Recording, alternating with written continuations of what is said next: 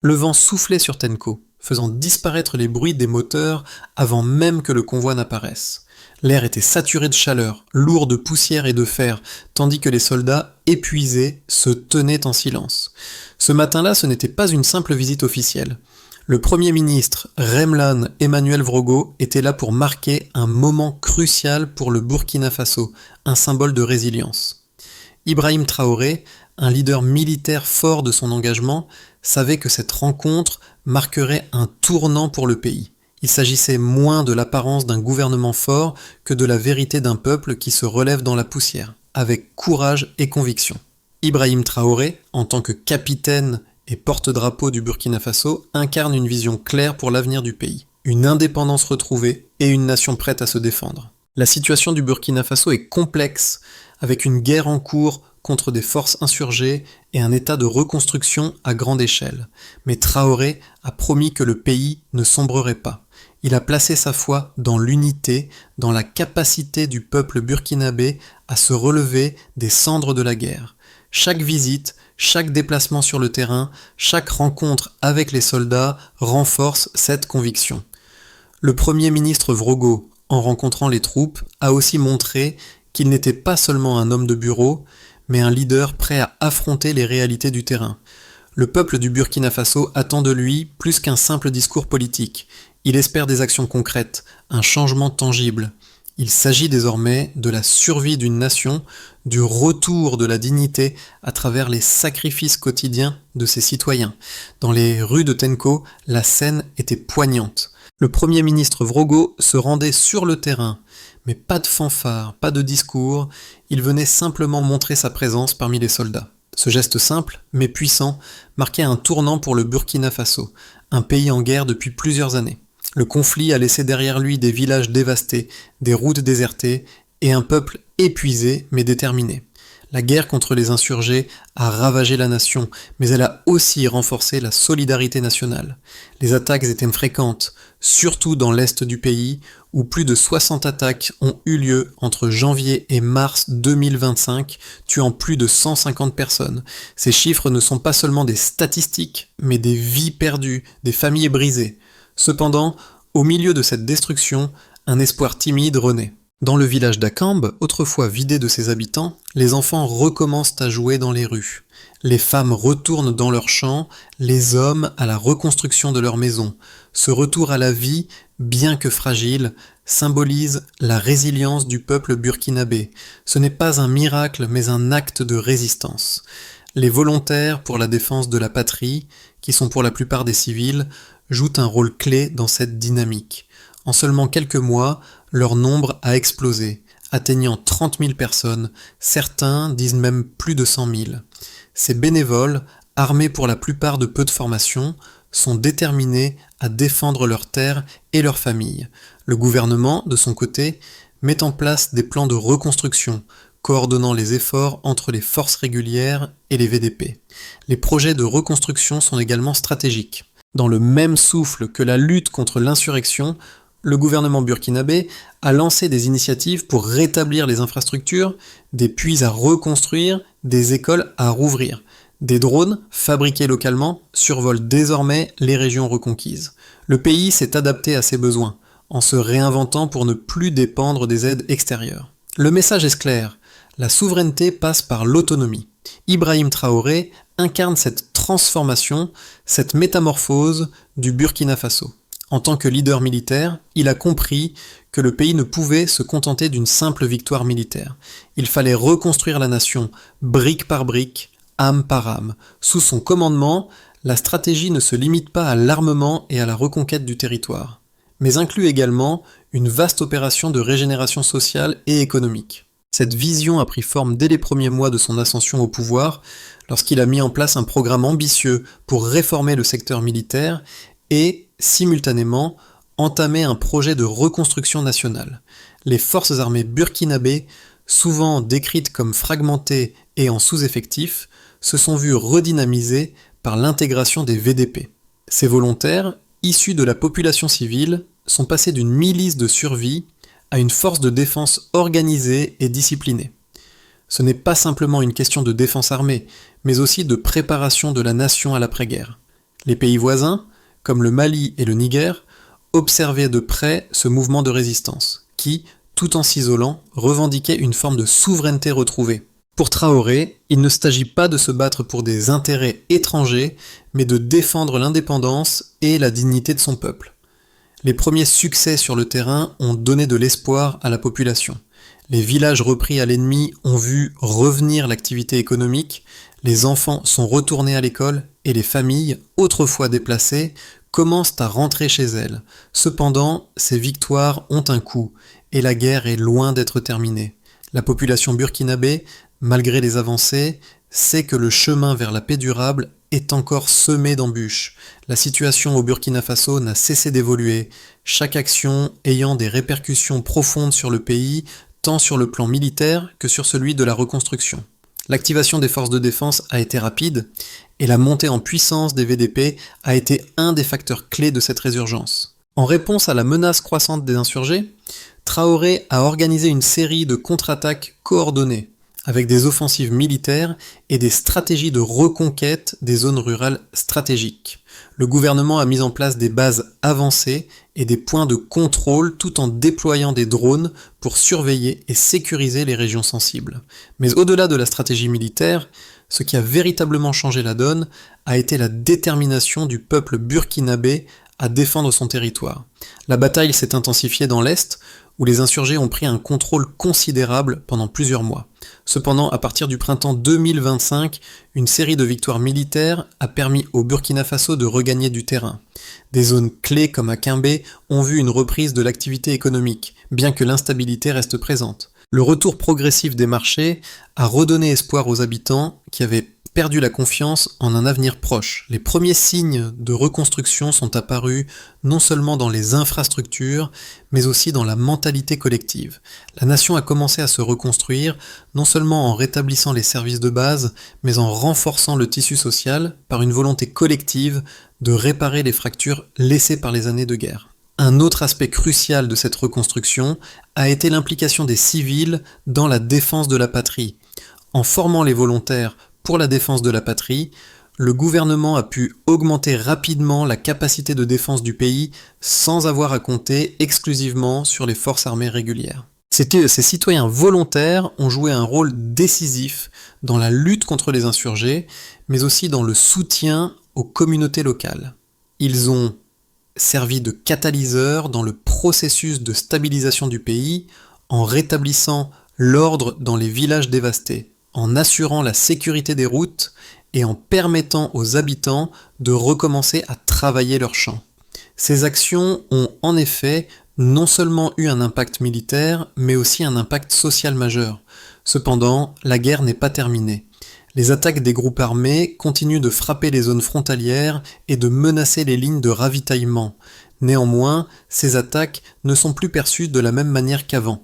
Les habitants ne sont plus seulement les victimes de la violence, mais des acteurs actifs dans la reconstruction de leur pays. Le moral du peuple a été considérablement renforcé par l'apparition d'un leadership fort et déterminé, incarné par Ibrahim Traoré et les figures de proue du gouvernement. Chaque victoire militaire, chaque zone reprise, chaque infrastructure reconstruite devient une déclaration de la résilience du peuple burkinabé. L'une des plus grandes victoires a été la prise de contrôle des routes stratégiques. Ces routes, autrefois fermées et contrôlées par les insurgés, sont désormais sécurisées et permettent la circulation de biens et de services essentiels. Cette reconquête a permis non seulement de libérer les villes et villages occupés, mais aussi d'ouvrir la voie à une relance économique. Le gouvernement a mis en place des programmes de reconstruction en priorité pour les zones les plus dévastées. Les premières écoles rouvertes et les puits restaurés sont des signes tangibles de cette dynamique. Les résultats tangibles des efforts du Burkina Faso en matière de reconstruction et de défense ne sont pas seulement visibles à travers les récits, mais également à travers les chiffres. Entre janvier et mai 2025, plus de 60 attaques ont frappé les régions du nord et de l'est du pays, entraînant la perte de plus de 150 vies humaines. Cependant, ces chiffres, qui représentaient une tragédie nationale, ont également servi de catalyseur pour l'action. À partir de juin 2025, les forces armées et les VDP ont intensifié leurs efforts, et le pays a connu un retournement progressif de la situation sur le terrain. À la fin de l'année, le gouvernement a estimé que plus de 70% des zones occupées par les insurgés avaient été récupérées, marquant ainsi un tournant stratégique. Le nombre de bénévoles dans les unités de défense a explosé, passant de 30 000 à plus de 100 000 personnes. Ces chiffres ne sont pas seulement impressionnants en termes de quantité, mais aussi en termes de qualité. Chaque membre de ces unités a été formé, en grande partie, par des instructeurs locaux, certains avec peu de moyens, mais déterminés à défendre leurs terres. Les VDP, une force volontaire composée en grande majorité de civils, ont joué un rôle essentiel dans la sécurisation des routes et dans la protection des infrastructures stratégiques. Cette mobilisation a permis d'assurer la stabilité dans des zones sensibles où l'armée régulière ne pouvait pas toujours être présente en raison de la dispersion des forces. En termes de reconstruction, les chiffres sont tout aussi parlants. D'ici la fin du premier semestre 2025, le gouvernement a restauré plus de 300 puits dans les zones rurales du Burkina Faso, permettant ainsi à des milliers de personnes d'avoir un nouveau accès à l'eau potable. En parallèle, plus de 40 écoles ont été rouvertes, offrant une chance à des milliers d'enfants de reprendre leurs études après une longue interruption. Ces initiatives ont été accompagnées d'un renforcement des infrastructures sanitaires et éducatives dans le but de soutenir à la fois la résilience et la prospérité du pays à long terme. Le soutien international, bien qu'important, n'a pas été aussi massif que prévu. En effet, la communauté internationale a hésité à intervenir à grande échelle, principalement en raison des tensions politiques dans la région et des décisions controversées de la part du gouvernement burkinabé. Toutefois, les autorités locales ont démontré que l'indépendance du pays ne reposait pas sur l'aide étrangère, mais sur la solidarité interne et l'ingéniosité locale. Le pays a ainsi misé sur ses propres ressources, développant une stratégie basée sur l'autosuffisance et la production locale. Les progrès économiques sont également visibles à travers les nouvelles entreprises locales qui se sont ouvertes, notamment dans les secteurs de l'agriculture et de l'artisanat. Le Burkina Faso, autrefois dépendant des importations pour de nombreux produits de consommation courante, commence à produire et à exporter des biens fabriqués sur son sol. Par exemple, des coopératives agricoles ont vu le jour, produisant du coton, des noix de cajou et du blé, avec des milliers d'emplois créés dans ce secteur. Ces initiatives ont non seulement contribué à la croissance économique, mais aussi à la reconstruction du tissu social du pays, en rapprochant les communautés rurales des zones urbaines. Cependant, malgré les progrès réalisés, le modèle du Burkina Faso n'est pas sans ses détracteurs. D'un côté, il y a ceux qui considèrent que la stratégie menée par Ibrahim Traoré et le gouvernement est une réussite, un exemple de résilience face à l'adversité. Ce groupe voit la montée en puissance des VDP comme une manière innovante de renforcer la défense nationale tout en impliquant directement la population. L'autosuffisance, la priorité donnée à la reconstruction locale et la volonté de ne pas dépendre de l'aide étrangère sont perçus comme des éléments clés qui garantiront la stabilité à long terme du pays. Ces partisans soutiennent que le Burkina Faso, par son courage et sa détermination, a donné un exemple inspirant de lutte pour la souveraineté nationale, loin de l'influence des puissances étrangères. Pour eux, le défi du pays est aussi une chance de se redéfinir et de se reconstruire sur des bases solides et indépendantes. Mais de l'autre côté, certains analystes et critiques soulignent que cette stratégie pourrait avoir des conséquences imprévues. Le manque de soutien international, en particulier des grandes puissances et des organisations comme l'ONU ou l'Union européenne, pourrait isoler le Burkina Faso sur la scène internationale, limitant ainsi son accès aux ressources économiques et militaires nécessaires.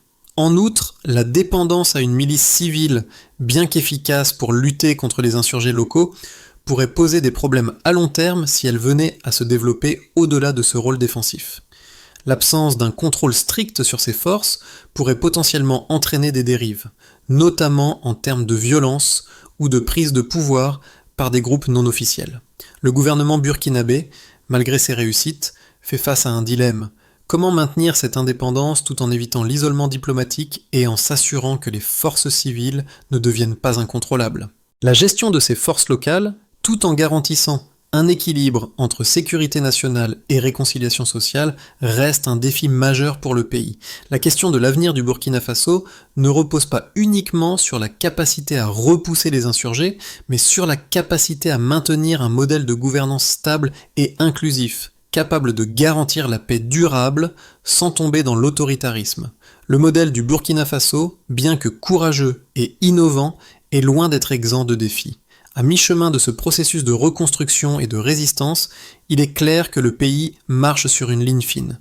La situation sur le terrain, bien que s'améliorant, reste fragile. Les progrès visibles dans les infrastructures et l'économie sont incontestables, mais ces avancées peuvent être menacées par les tensions internes, les attaques continues des groupes armés et la pression croissante des puissances étrangères. Ibrahim Traoré, avec sa vision de souveraineté et d'indépendance, fait face à une résistance non seulement au sein du pays, mais aussi sur la scène internationale. Les pays voisins, comme le Mali et le Niger, observent de près le modèle burkinabé, certains qu'il pourrait avoir des répercussions sur toute la région du Sahel. Pourtant, pour le peuple burkinabé, cette résistance n'est pas simplement une guerre sur le terrain, mais une bataille pour préserver leur dignité, leur culture et leur futur. Le peuple a vu la guerre briser leur vie, mais il commence aussi à voir la possibilité d'un avenir plus stable, plus prospère, à condition que le pays reste uni et déterminé à défendre son territoire. Les répercussions de la stratégie mise en place par Ibrahim Traoré et le gouvernement burkinabé ne se limitent pas à la reconquête militaire du territoire, mais ont des effets tangibles sur différents aspects de la société et de l'économie. Pour les groupes militants qui opèrent dans la région, la réussite du Burkina Faso pourrait être perçue comme un défi à leur pouvoir et à leurs ambitions. Au Sahel, les groupes armés ont souvent trouvé un terrain fertile pour leurs activités, profitant de la faiblesse des États voisins et de l'absence de soutien international décisif. Mais la résilience du Burkina Faso pourrait renverser la tendance, offrant un modèle de résistance qui pourrait inspirer d'autres nations de la région confrontées à des défis similaires. Pour le peuple burkinabé, les effets de cette résistance se font sentir dans les communautés locales.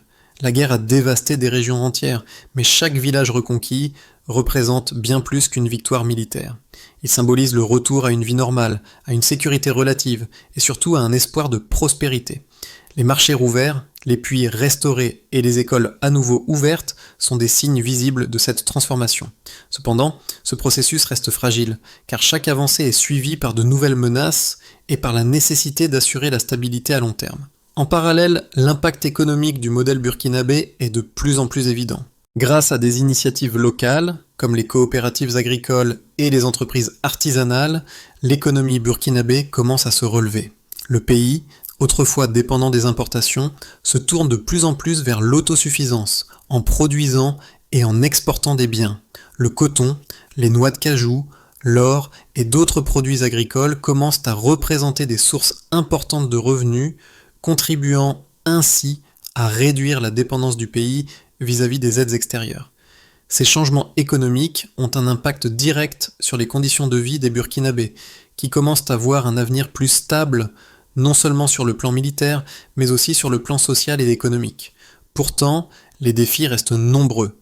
La reconstruction du pays n'est pas un processus linéaire et les obstacles sont encore nombreux. Les attaques des groupes armés continuent de perturber certaines régions, en particulier dans l'est du pays. La guerre n'est pas encore terminée et le chemin vers une paix durable est encore semé d'embûches. Les tensions internes et les divergences au sein du gouvernement burkinabé pourraient également poser des risques pour la stabilité à long terme. L'unité nationale, un élément clé de la stratégie de Traoré, pourrait être mise à l'épreuve si des fractures internes venaient à se creuser. Néanmoins, la plus grande leçon que l'on peut tirer de la situation actuelle est que le Burkina Faso ne se contente pas de survivre à cette crise, il la transforme en une opportunité. L'État, malgré ses difficultés, parvient à imposer une forme de gouvernance qui reflète les aspirations du peuple. Les Burkinabés, loin de se contenter d'être spectateurs de leur histoire, jouent un rôle central dans leur propre reconstruction. Le pays, autrefois divisé et fragilisé par la guerre, commence à se réinventer, porté par l'aspiration collective à la liberté, à la dignité et à l'autosuffisance. À moyen terme, l'avenir du Burkina Faso pourrait prendre plusieurs directions selon les choix faits aujourd'hui et les défis à venir. D'abord, Le scénario le plus optimiste verrait la poursuite de la dynamique actuelle, avec une consolidation de la sécurité dans les zones récemment reconquises et une accélération de la reconstruction. Si le gouvernement parvient à maintenir le soutien populaire et à renforcer l'unité nationale, il pourrait créer un modèle de résilience durable où la nation parvient à s'autosuffire et à maintenir la stabilité. Dans ce scénario, les initiatives locales de production et d'exportation se développeraient, créant de nouveaux emplois et générant des revenus pour le pays.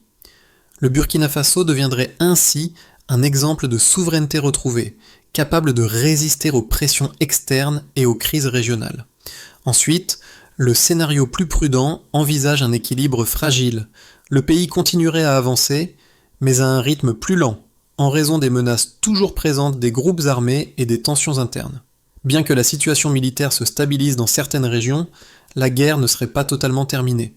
L'économie, bien qu'en croissance, resterait vulnérable à la volatilité régionale et à l'instabilité des prix des matières premières. Le Burkina Faso pourrait également faire face à des sanctions économiques ou à une pression diplomatique accrue, mais c'est ça ce qui compliquerait encore la reconstruction. Dans ce scénario, la transition vers un état de paix durable serait plus longue et plus incertaine, et le pays devrait continuer à jongler avec ses défis internes tout en préservant sa souveraineté. Enfin, le scénario plus pessimiste serait celui d'un retour à l'instabilité.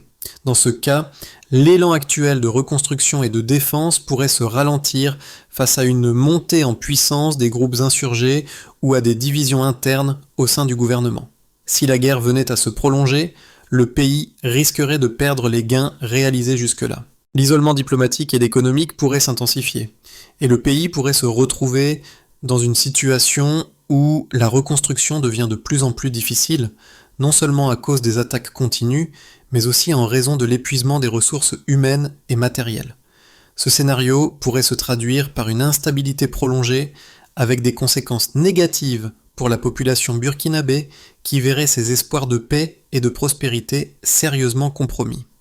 Pour le moment, la meilleure option pour le Burkina Faso est de continuer à investir dans sa résilience interne. Cela passe par la consolidation de la sécurité et le maintien de la cohésion sociale, mais aussi par une gestion intelligente des ressources et une diversification de l'économie. Un avenir stable et prospère dépendra de la capacité du pays à s'adapter à l'évolution rapide de la situation géopolitique et à faire face aux pressions internes et externes. Dans tous les cas, une chose est sûre, le chemin reste semé d'embûches, mais les Burkinabés sont plus déterminés que jamais à se relever et à façonner leur propre destin.